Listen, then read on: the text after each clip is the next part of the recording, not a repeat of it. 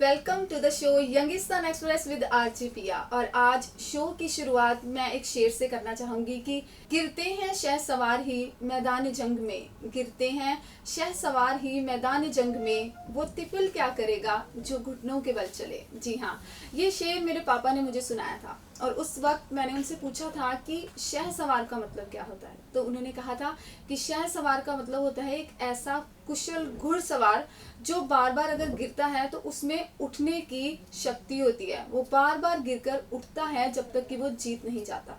तो आज मेरे शो में एक ऐसे ही शहसवार, एक ऐसे ही बहादुर इंडियन आर्मी के मेजर हैं जिनका नाम है मेजर देविंदर पाल सिंह जी, और जिनको सारी दुनिया ही मैं कहूँगी जानती है, और वो इंडिया के फर्स्ट ब्लेड रनर हैं। तो चलिए उनसे बात करते हैं, उनसे मिलते हैं। सर, सबसे पहले तो बहुत स्वागत है आपका मेरे शो यंगिस्तान एक्सप्रेस में और देशभगत रेडियो में।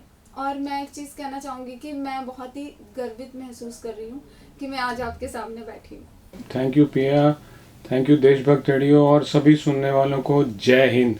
क्योंकि आपने एक शेर से शुरुआत करी है तो मुझे भी दो लाइनें याद आ गई। जी जी, इरशाद। किसी ने मुझे रोक के एक दिन ये दो लाइनें मेरे लिए करी थी जो मैं आपको बताना चाहूंगा और जिसके बारे में हम डिस्कस करेंगे आज सारी बातों के बीच में। जी सर।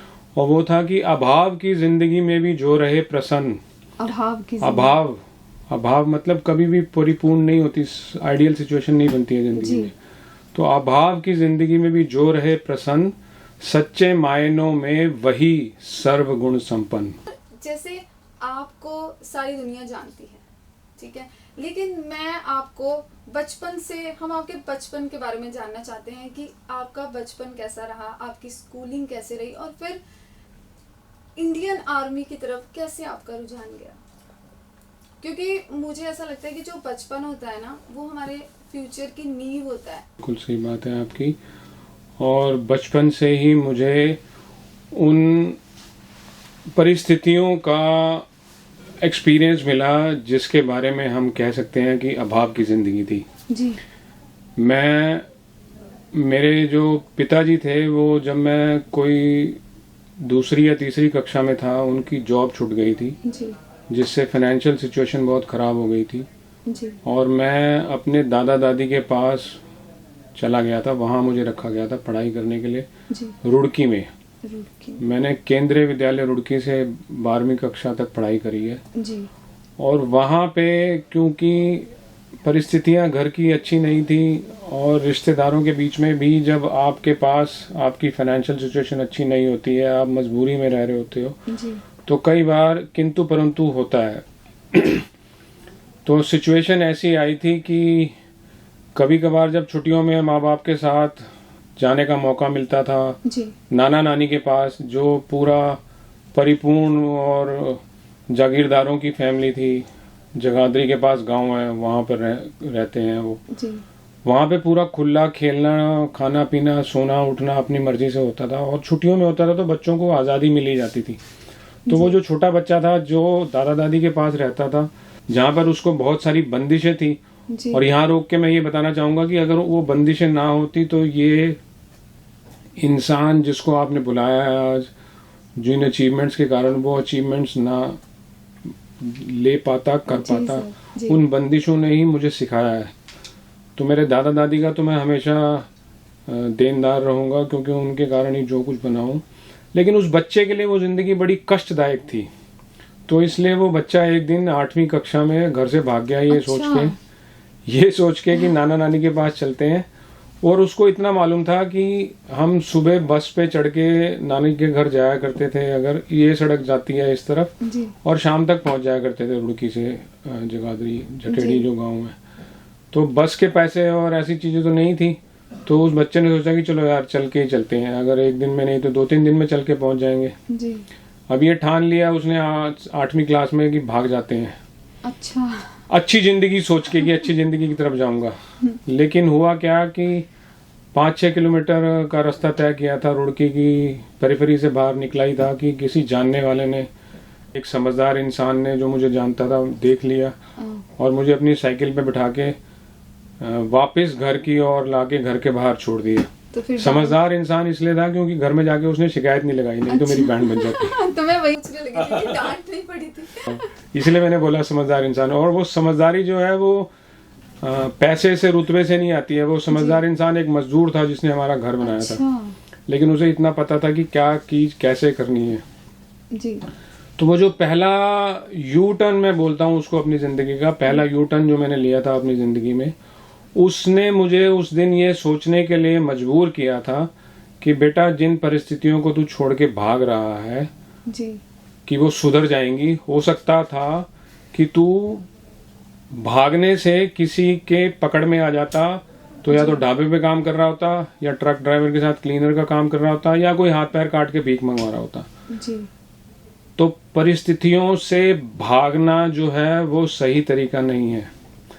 और उस दिन मैंने साइकिल पे बैठे बैठे जो रास्ता तय किया था, ये सोचा था कि अब यहीं रह के इन्हीं परिस्थितियों को अपना के अपने आप को इतना मजबूत बनाऊंगा कि यहीं पे रह के कुछ करके दिखाऊं। के बाद जो था मेरा जुड़ाव दादा दादी जी के कारण ही गुरुद्वारे से हुआ।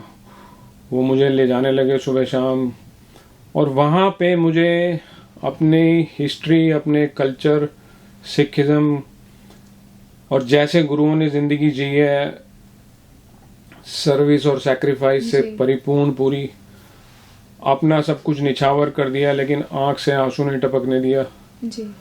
उस हिस्ट्री के बारे में पता चला। और उस हिस्ट्री को जब मैं अपने स्कूल जाते वक्त फौज की तरफ देखता था, क्योंकि हमारा जो स्कूल था वो फौज ही चलाती थी जी। बंगाल इंजीनियर ग्रुप है रुड़की में, उनके अंडर केयर टेकिंग में वो केंद्रीय विद्यालय रुड़की चलता था वहाँ जी सर।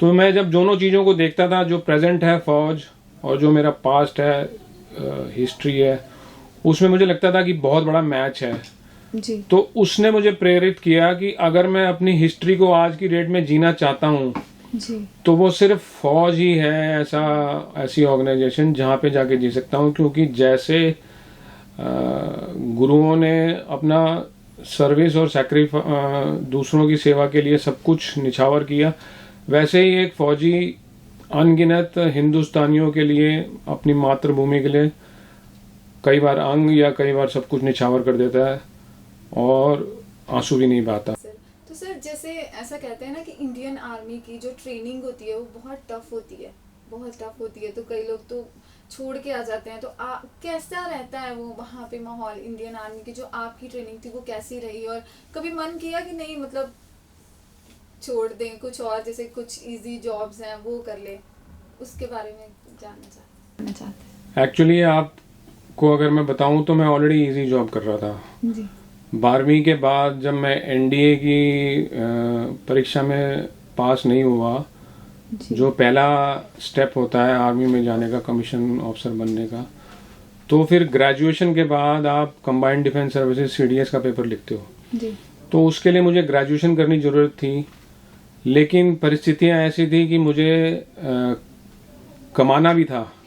तो मैंने ग्रेजुएशन रेगुलर करने की जगह पे वाया मीडिया ढूंढा कि अर्निंग एंड लर्निंग वाला मेथड जो है उसको चूज किया, और बीच में एक स्टॉप गैप मेजर जो बोलते हैं वो लिया कि जब तक मैं ग्रेजुएशन नहीं करता तब तक किसी जगह पे तो नौकरी करनी है। तो बैंकिंग का क्लरिकल जो एग्जाम होता था उन दिनों जी, नेशनलाइज बैंक में मुझे क्लर्क के रोल में एक जॉब मिल गई थी। अच्छा। और इलाहाबाद बैंक लुधियाना में मैंने 2.5 साल तक एज ए क्लर्क काम किया है। और उन दिनों जो बैंक की नौकरी होती थी वो बहुत ही अच्छी मानी जाती थी, क्योंकि उसमें जो फैसिलिटीज होती थी, जो लोन रिड्यूस रेट पे मिलते थे, ऐसे बहुत सारे फायदे होते थे। जी सर। तो मुझे लोग बोलते हैं कि तू बेवकूफ़ है कि इतनी बढ़िया नौकरी छोड़ के फौज की टफ लाइफ की तरफ जा रहा है, जहाँ पे ना छुट्टी है और बहुत टफ है लाइफ, कहाँ सियाचिन, कहाँ पे पहाड़ों में जंगलों में पोस्टिंग होती है, ना परिवार का कोई लेना देना है ना कुछ। लेकिन वो सपना था कि जाना तो फौज में ही है जी। बैंक में तो आए हैं क्योंकि ग्रेजुएशन करनी है, पढ़ाई के साथ अर्न करने के साथ साथ पढ़ाई करनी है जी। तो ये जो सवाल है एक्चुअली वो मेरे लिए तरीके से फिट नहीं होता कि आपने कभी छोड़ने की सोची, क्योंकि मैं तो जो कंफर्टेबल लाइफ थी उसको छोड़ के फौज में गया, वो मेरा सपना था। जी और सपनों को पूरे करने के लिए आपको मेहनत करनी ही पड़ती है, आग में से निकलना ही पड़ता है। बिल्कुल सर। तो अगर आग की गर्मी आपको सपनों को साकार करने से रोक ले तो वो आपका सपना नहीं है, वो आप सिर्फ हवा में सोच रहे हो। ऐसी रहती है, मतलब ट्रेनिंग के बारे में बताएं। जैसे हमें तो इतना हम मूवीज वगैरह में ही देखते हैं, तो ट्रेनिंग टफ होती है क्योंकि आप जो ट्रेनिंग कर रहे हो, आप अपने आप को तैयार कर रहे हो कि जब देश दुश्मन से लड़ेगा तो आपको दुश्मन को ये बोलने का मौका नहीं मिलेगा कि यार थोड़ा कम धीरे से मारना, मेरे को चोट ना लग जाए, आज मैं तैयार नहीं हूँ, गोली कम चलाना, आज मुझे पकड़ना मत, प्रिजनर ऑफ वॉर मत बनाना क्योंकि मुझे भूख लगती है और तुम लोग खाना बढ़िया नहीं देते।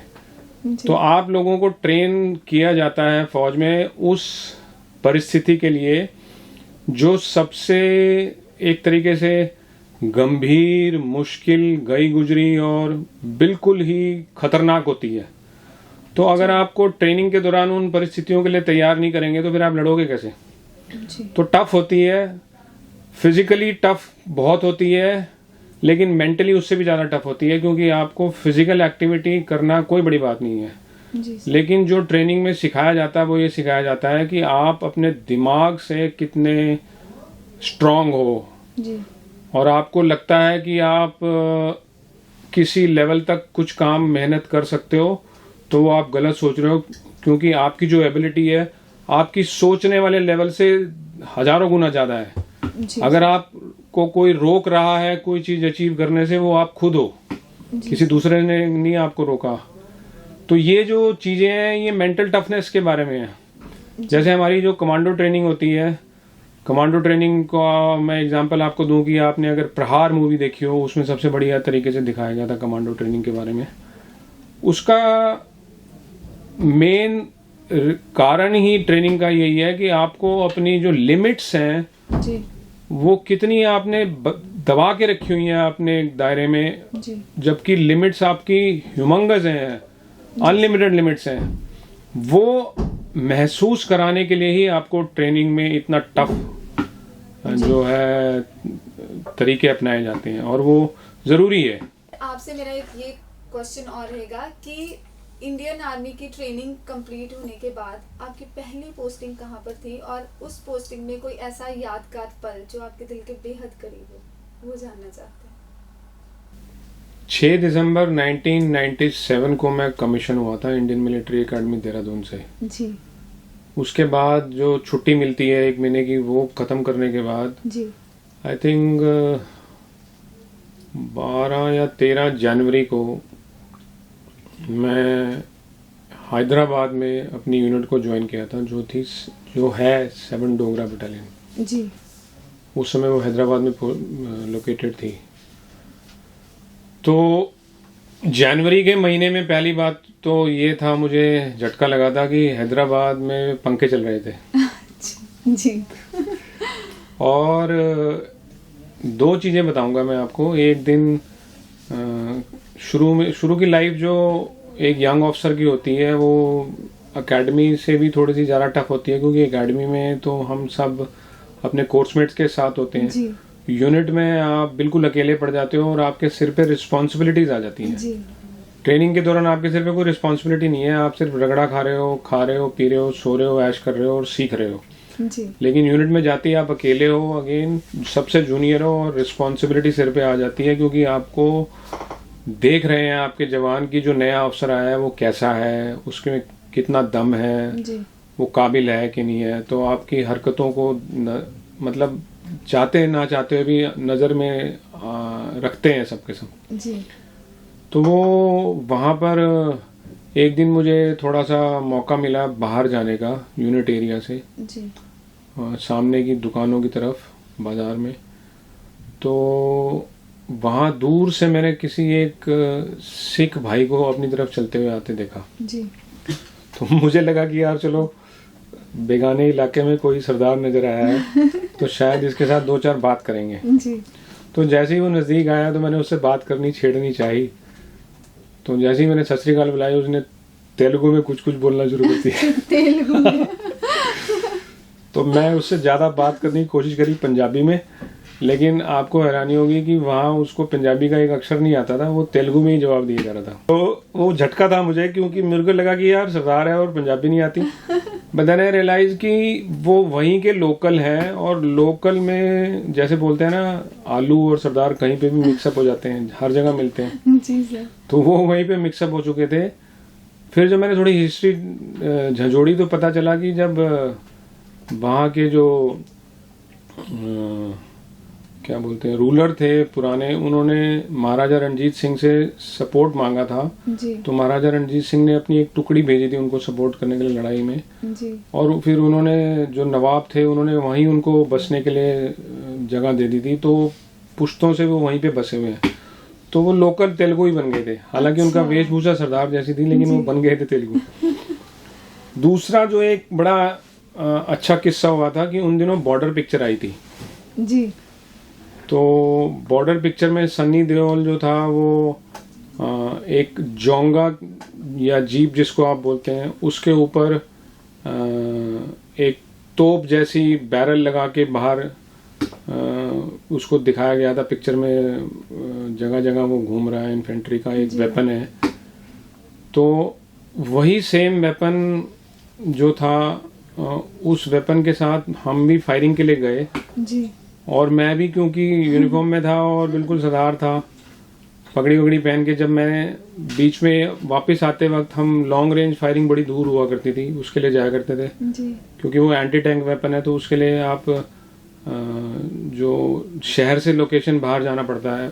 जी सर। वापस आते वक्त मैं बाजार में किसी काम के लिए रुका और मैंने जैसी अपनी जोंगा लगाई तो लोगों की नजरें पड़ने लगी थी कि ये सनी देओल आ गया है, कौन है।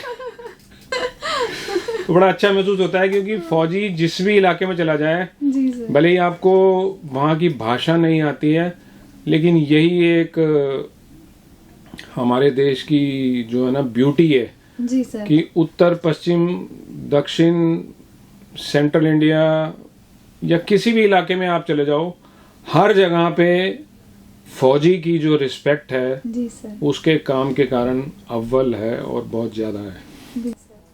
मतलब मुझे ऐसा लगता है कि चाहे कोई लैंग्वेज नहीं भी आती हो लेकिन समझ जाते हैं सब। सल्यूट की, स्माइल की और प्रणाम की और जय हिंद की कोई लैंग्वेज नहीं होती। पता सर, मुझे याद है जब मैं छोटी, अभी भी जब हम छोटे भी थे ना, तो जहाँ से मैं हूँ एक छोटा सा टाउन है फतेहगढ़ चूड़ियाँ, near about border area Dera Baba Nanak. तो ना हमारे वहाँ पे जैसे फौजी वगैरह होते थे तो हम पापा के साथ जाते थे ना, तो डैडी ने हमें ये सिखाया था कि मतलब जब भी कोई भी आप यूनिफॉर्म में ऐसे देखो तो आपको सैल्यूट करना है, जय हिंद बोलना है। तो हम छोटे होते से हमें ऐसे आदत है, और अभी भी जैसे मैं बड़ी भी होगी तो मुझे जैसे भी कोई मैं देखती हूँ किसी को ना, तो ये मतलब मुंह से निकल जाता है कि हाँ ये है, इनको जय हिंद बोलना है। तो ये रहता है मतलब बहुत ही, और रिस्पेक्ट के साथ जी। तो एक अलग ही उस टाइम पे फीलिंग आती है। और मुझे ऐसा लगता है जब हम जय हिंद, मेरा पर्सनल एक्सपीरियंस है कि जब मैं ऐसे जय हिंद बोलती हूँ ना, तो जब वो सामने फौजी जो होते हैं आर्मी के या कोई भी वैसे मुस्कुरा के देखते हैं ना, तो बहुत अच्छा लगता है कि हाँ लोग हमने मतलब किसी ने हमें रिप्लाई किया है ऐसे।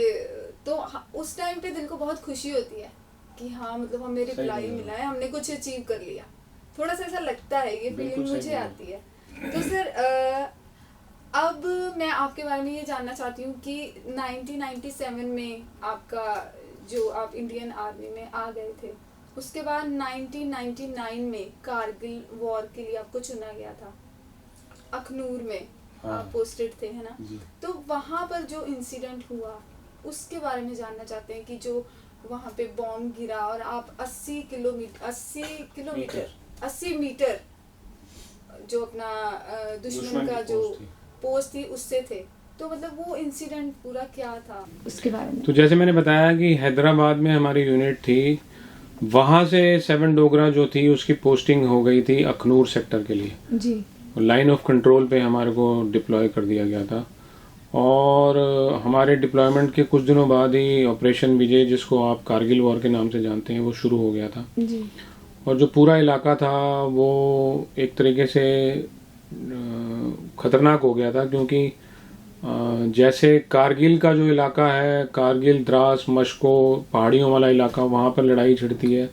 तो अखनूर वाला जो सेक्टर है वहाँ पर भी उतना ही मामला गर्म हो जाता है, क्योंकि उस इलाके से दुश्मन जो है अपने टैंक आराम से लेके आ सकता है। पहाड़ों में टैंक ले जाने मुश्किल होता है, लेकिन हमारे इलाके में टैंक आराम से लेके आ सकता है, और जम्मू तक आना बड़ा आसान है जी। 71 की लड़ाई में वो जम्मू तक आ भी गए थे, जो वहां से उनको पछाड़ा गया था। तो सारा सेंसिटिव हो गया था इलाका। और मैं जो था, एक पोस्ट थी जिसको प्रोटेक्टिव पोस्ट PP6 के नाम जी, से जानते हैं, जो मनव्वर तवी एक रिवर है वहाँ LC जिसके बीच में से क्रॉस करती है, जी। उस रिवर के उस पोस्ट के ऊपर था मैं। और LC के उस पार, जैसे आपने खुद बताया, 80 मीटर की दूरी पर दुश्मन की पोस्ट थी, और वो लड़ाई चालू थी तो गोलाबारी चलती रहती थी। और उसी सिलसिले में एक दिन गोलाबारी जो थी 2 दिन के वक्फे के बाद, 2 दिन तक वो बंद रही। उसके बाद दोबारा से जब शुरू हुई तो पहला गोला तो मुझसे दूर गिरा जी। दूसरा गोला जो था वो मेरे से 1.5 मीटर दूर आके फटा था जी।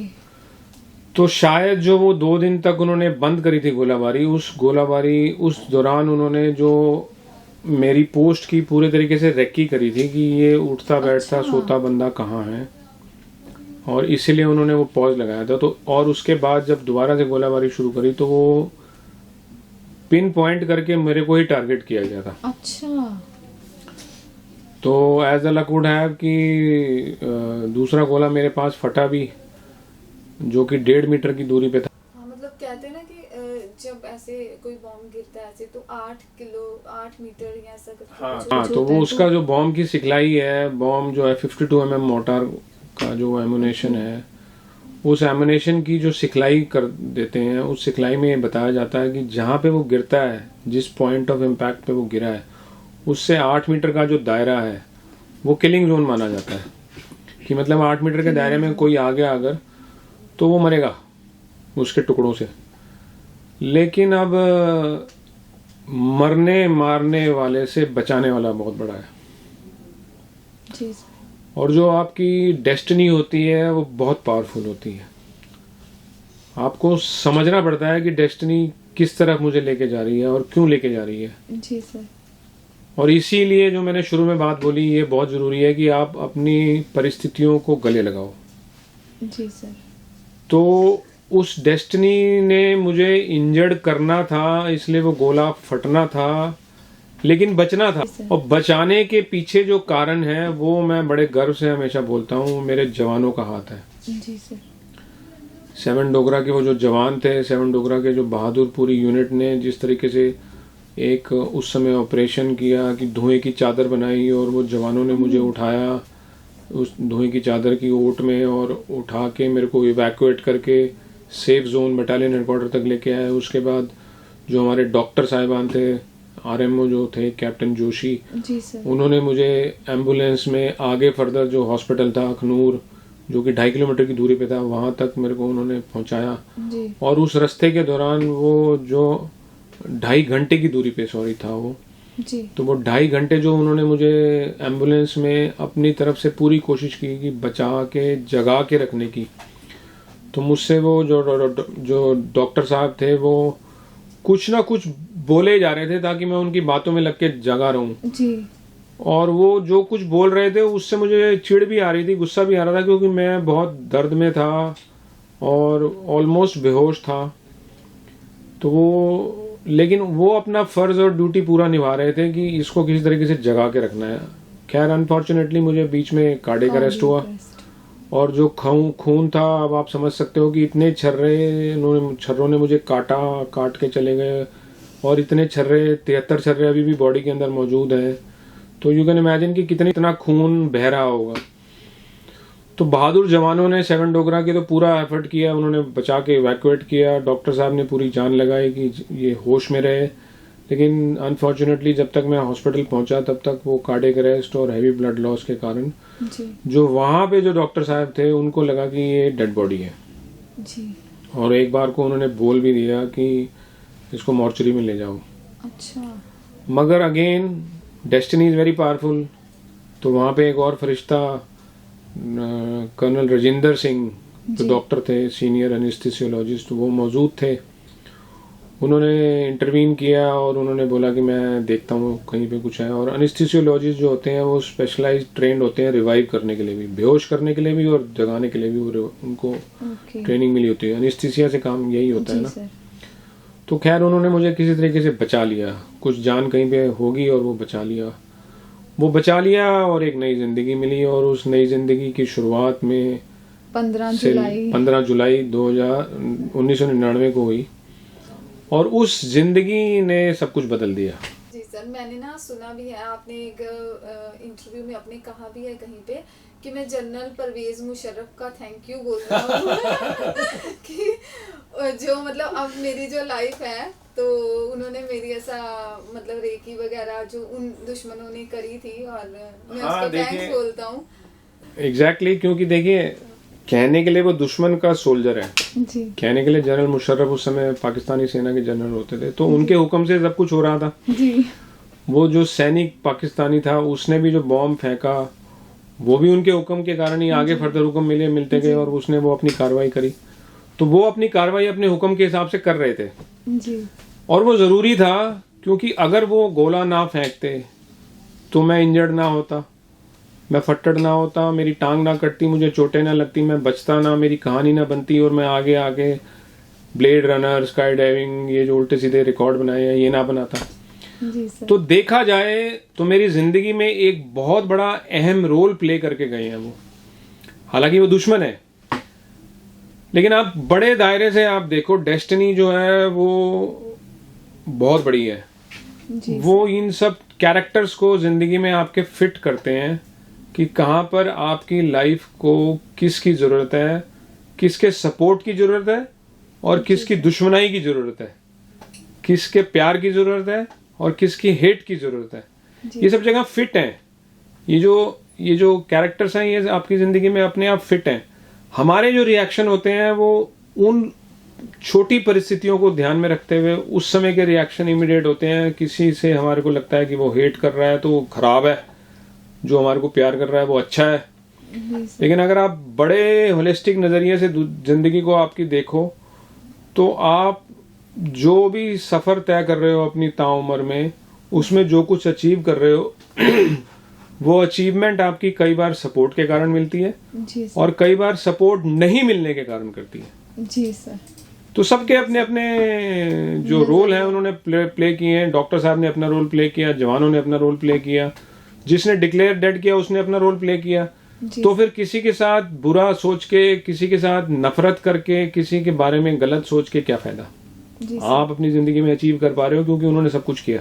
तो सर, इतने बड़े हादसे के बाद, एक नई जिंदगी मिलने के बाद, लेकिन आपने अपनी एक लेग लॉस्ट कर दी, लेकिन फिर ये सारी चीजें होने के बाद आपने खुद को कैसे रिकवर किया? क्योंकि आजकल जैसे हम देखते हैं ना कि आजकल क्या है कि लोग छोटी सी, जैसे किसी को चोट भी लग जाए या कोई अपने प्रोफेशन में अगर कहीं पे कोई लैग कर रहा है या प्रेशर बढ़ रहा है तो लोग बहुत जल्दी कुछ गलत चीज़ों के बारे में सोच लेते हैं, कुछ नशे में चले जाते हैं, कुछ सुसाइड करने का सोचते हैं। तो आपके साथ इतना बड़ा हादसा हुआ, इंसिडेंट हुआ, तो उसके बाद कैसे आपने उस हादसे से खुद को रिकवर किया कि और ऐसे सोचा कि मेरे को दौड़ने के बारे में सोचा? देखिए, मैंने आपकी बातचीत के शुरुआत में एक बात बोली थी, अभाव की जिंदगी में भी जो रहे प्रसन्न, सच्चे मायनों में वही सर्वगुण संपन्न। जी। और इस सिखलाई की शुरुआत बचपन में ही उन दिनों से हो गई थी जब मैं घर से भागा था। जी। जब मैं गुरुद्वारे के साथ टच बेस हुआ था और जब मैंने हिस्ट्री अपनी समझनी शुरू करी थी तो जब बचपन में उन चीज़ों की क्लैरिटी मिल चुकी है कि रज़ा में रहना बहुत ज़रूरी है, परमात्मा की रज़ा में रहना बहुत ज़रूरी है, तो परमात्मा की रज़ा में रहने का मतलब क्या है कि जो कुछ आपके साथ हो रहा है, जिन भी परिस्थितियों में आप हो, जहाँ भी हो, उसको अपना लो। जी। उससे रिफ्ट रखना, उसको इग्नोर करना, उसको जस्टिफाई करना या उससे किसी भी तरह का से नफरत करने से नुकसान और ज्यादा सिर्फ आपका ही हो रहा है। तो गलत रास्ते पे चलना तो बड़ा आसान है, जी सर। लेकिन अगर आपको ये समझ में आ जाए कि जो आपकी ज़िंदगी है वो किसी पर्पस के लिए बनी है, और उस पर्पस के लिए आपको जहाँ पे जिन भी परिस्थितियों से गुजारा जा रहा है, जिनको आप शायद दुख समझ रहे हो, जिनको आप शायद तकलीफ समझ रहे हो, जिनको आप शायद डिफ़िकल्ट सिचुएशन समझ रहे हो, एक्चुअल में वो आपको बना रही हैं जी सर। और तैयार कर रही हैं उस बड़ी चीज़ के लिए जहाँ पर ये छोटी छोटी सी समस्याओं को आपको एब्जॉर्ब करना आना चाहिए। जी सर। तो ये अगर आपको समझ में आ जाए ज़िंदगी में कि कुछ गलत या सही नहीं है, ये आपका रिएक्शन है कि गलत है कि सही है, जी सर। तो आपके साथ ये जो नौकरी छूटना या लॉस होना या कहीं पर किसी चीज़ का बिछोड़ा होना, ये सब आप इन सब चीज़ों को आप समझ के एक्सेप्ट करके अपने आप को आगे बढ़ाते रहोगे जी सर। और आपको हमेशा हमेशा तरक्की मिलती रहेगी। जी सर। तो मुझे ये क्लैरिटी आ गई थी और मैंने हमेशा सिर्फ यही समझने की कोशिश करी है कि अगर ये चैलेंज मेरी ज़िंदगी में आया है तो इससे मुझे आगे वाले टाइम में, आने वाले टाइम में क्या मिलना है, और मैंने उनको नकारने की जगह पे सिर्फ अपने आप को अंदर से स्ट्रांग बनकर उन चैलेंजेस से ऊपर उठने की कोशिश करी है, जो सिर्फ मेहनत से आती है। रनिंग का कारण ये हुआ क्योंकि 2007 में मैं जब सेवानिवृत्त हो गया था, फौज से बाहर आ गया था, उसके बाद मैंने जो बाहर आने के बाद दुनिया की नज़रिए को समझने की कोशिश करी, जी। उसमें मुझे महसूस हुआ कि जो डिसेबल लोग हैं या अंगहीन लोग हैं या मेरे जैसे जो व्यक्ति हैं, उनकी तरफ जो एक नज़रिया है दुनिया का, वो संकुचित है, जी। वो छोटी सोच वाला है। वो रिलेट कर रहे हैं कि इसके पास अंग हैं तो इसकी एबिलिटी है या नहीं है। जी। लेकिन एक सोल्जर जानता है, क्योंकि सिखलाई उसको पूरी इस हिसाब से मिली हुई है, कि जो आपकी एबिलिटी है वो एक्चुअल में आपकी सोच के ऊपर ही डिपेंडेंट है। जी। आपकी जो लिमिटेशंस हैं वो इसलिए हैं क्योंकि आप सोच रहे हो कि आप नहीं कर सकते, जी। और आप अनलिमिटेड काम इस प्रकार से ऐसे कर जाते हो क्योंकि आप सोच रहे हो कि मेरे लिए मुमकिन है, मैं कर लूंगा। जी। सब कुछ सोच के ऊपर डिपेंड करता है। तो सोच को, जो दुनिया का नज़रिया था, उसको जब समझ में आया मुझे, तो मुझे ये लगा कि एज ए सोल्जर ये मेरी ड्यूटी है कि मैं इस सोच को दुनिया की बदलूं। और दुनिया की सोच को बदलने का तरीका ज्ञान देना कभी नहीं होता है। जी। अब हम कहानी सोच सुना रहे हैं, ये सोच को बदलने की कोशिश कर रहे हैं, लेकिन इस कहानी में मैं सच्चाई बता रहा हूँ कि क्या किया ग्राउंड के ऊपर, ना कि ज्ञान बांट रहा हूँ कि ऐसे करो वैसे करो। उसके लिए बहुत सारे गुरु और बैठे हैं जो वो कर सकते हैं अपना काम। तो सोल्जर जो करता है वो ग्राउंड के ऊपर जाके काम करता है और बोलता है कि देखो, एबिलिटी इसको बोलते हैं action speaks louder than words. आपने ये अंग्रेजी की कहावत सुनी होगी। तो इसलिए जिसके पास टांग ना हो उसके लिए सबसे मुश्किल काम क्या है? दौड़ना। और वो भी लंबी दौड़, और वो भी उस इंसान के लिए जो कभी लंबी दौड़ से एक्चुअल में इंटरेस्टेड ही नहीं था, जिसको एक तरीके से नफरत थी कि क्या लंबी दौड़ लगाने वाला गेम करते रहे, जब वो हाथ पैर वाला था।